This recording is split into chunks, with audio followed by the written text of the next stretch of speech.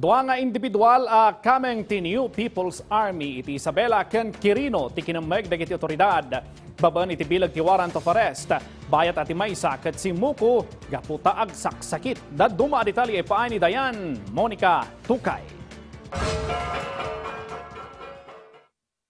Itilas od ti 20 ket 6 matawan nakamagtamay sa a membro ti Communist Terrorist Group a suspect iti panakapapatay ti 10 ket 4 a soldado iti June 27, 2000 iti barangay Linumot, Jones, Isabela.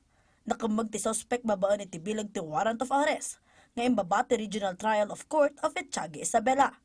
Nabigbig ti suspect Anika Ariel, 44 anyos, manalon kan residente iti barangay Lituad, Difun, Quirino, a maatap akamang ti CTG, ken sumangsango iti kaso a multiple murder. May palagip nga inambush ti suspect kan dagiti kakaduana ti convoy ti militar, iti panagawid da manipod iti medical ken dental mission.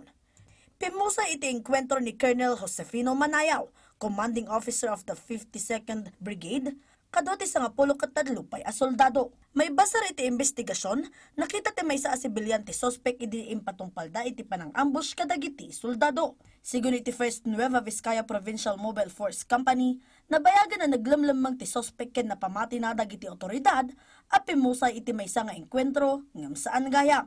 Saanan ang narekomendaan ti piyansa ti suspect, at ti suspect iti kustodiya ti Bayombong PNP. Kabayatan na, may saasigod a leader ken intel officer ken PAT si Muko kadagiti otoridad ijay Quirino Province. Iso na ni Ka Benson, kamang ti Komiteng Rehiyon Cagayan Valley, ti New People's Army. Sigun iti Quirino Police Provincial Office, awit ti suspect ti sumagmamanong armas ken alikaman iti panagbatak nga insuko na.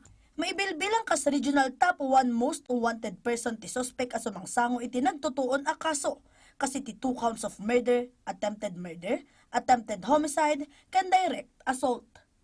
Dayan Monica Tukay, para iti Pambansang TV, iti Baro, a Pilipinas.